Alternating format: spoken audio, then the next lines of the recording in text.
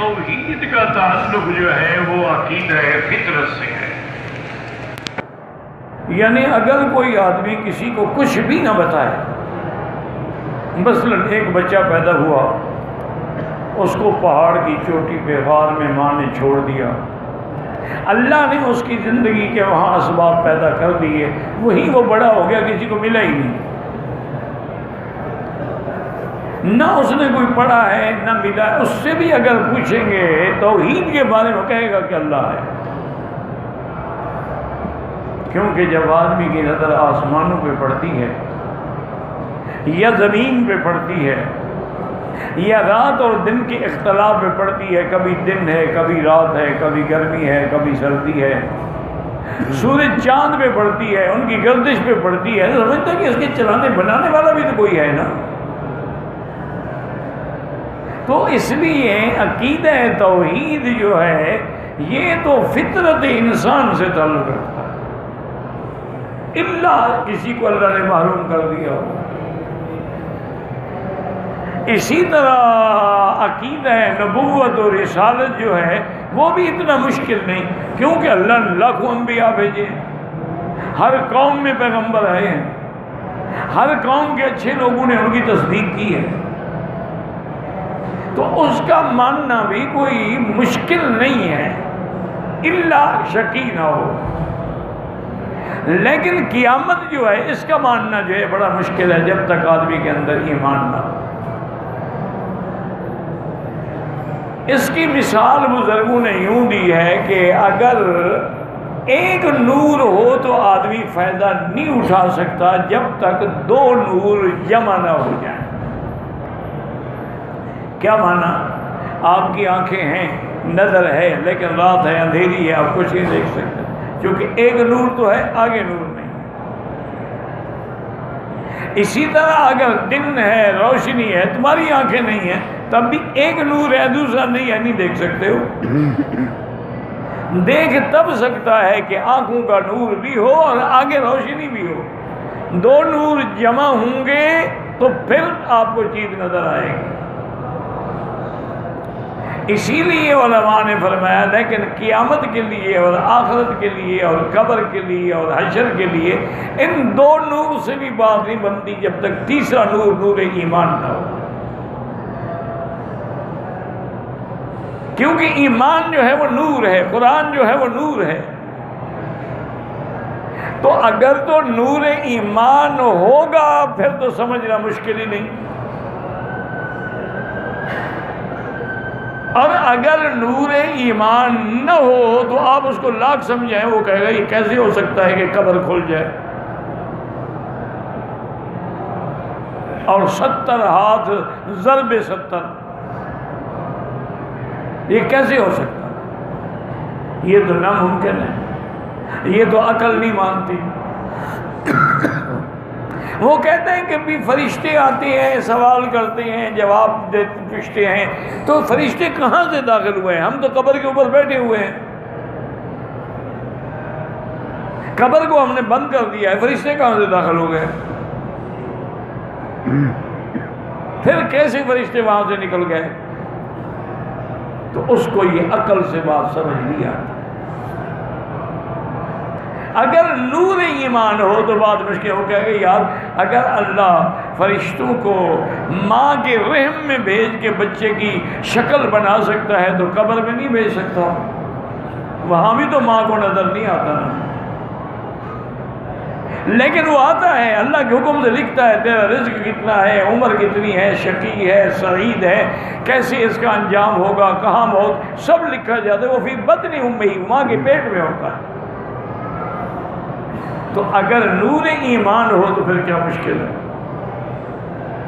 اور نور ایمان ہی اگر نہ ہو تو پھر 1000 عقل عیار ہے، 100 بھیس بنا لیتی ہے. پھر یہ ہے اور یہ نہیں ہو سکتا، یہ ہو سکتا ہے، یہ نہیں ہو سکتا. اسی وجہ سے کئی فرقے، کئی منکرین عذاب قبر بن کے گمراہ ہو گئے. حالانکہ ائمہ اربعہ کا اتفاق ہے کہ عذاب القبر حق لا ينکرہ الا ضال و مضل. کہ عذاب قبر حق ہے، اس کا انکار کرنے والا وہ ہے جو گمراہ ہے۔ لیکن بہت سارے لوگ ہیں وہ کہتے ہیں جی کوئی عذاب قبر نہیں، بس بندہ مر گیا اب قیامت کو اٹھے گا، قیامت میں حساب کتاب ہوگا، قبر کے اندر کیا عذاب ہے۔ اسی سے پھر جھگڑے پیدا ہوئے کہ کیا مردے سنتے ہیں یا نہیں سنتے ہیں، انبیاء کی حیات ہے یا نہیں ہے۔ یہ سارے جھگڑے اسی وجہ سے پیدا ہوئے ہیں، ورنہ اصول یہ ہے کہ جتنا قرآن میں ہو یا حدیث میں ہو بس آمنا و صدقنا۔ کتنے لوگ ہیں جنہوں نے اللہ کی صفات کا بھی انکار کر دیا کہ جی اللہ کیسے اترتے ہیں، اور جب عرش سے نیچے آتے ہیں تو کیا عرش ان کے اوپر ہوتا ہے یا نیچے ہوتا ہے؟ اگر ایمان ہو گئے کہ بالکل ينزل ربنا تبارک و تعالی فی آخر ساعت من اللیل کما یلیق بشانہ، اللہ اترتے ہیں جیسے ان کو زیبا ہے، جیسے ان کی شان ہے۔ ہم ان کے نزول کی کیفیت بیان نہیں کر سکتے۔ اسی طریقے سے مثلا میزان اعمال ہے، ان کو سمجھ ہی نہیں آتا جی کیا تلے گا۔ ہم نے گناہ کیا مثلا زندگی میں، دنیا میں زندگی ختم ہو گئی، گناہ مٹ گیا، اب کیا تلے گا۔ ہم نے نیکی کی دنیا میں تو اب کون سی نیکی تلے گی، کیسی تلے گی۔ اور وزن تو ہوتا ہے اعراض کا، جواہر کا، یعنی کوئی چیز اگر ہو تو وزن ہوگا نا، تو ہمارے عمل تو گزر گئے، اب تو ہے ہی نہیں کچھ۔ تو ان کو یہ مسائل سمجھ نہیں آتے، لیکن جن کے اندر نور ایمان ہے ان کے نزدیک حدیث بطاقہ موجود ہے، وہ کہتے ہیں اللہ کے بندے تمہارے عمل نہیں، وہ نامہ اعمال جس میں لکھے ہوئے ہیں ان کا وزن ہوگا، فرشتوں نے جو لکھ رکھا ہے۔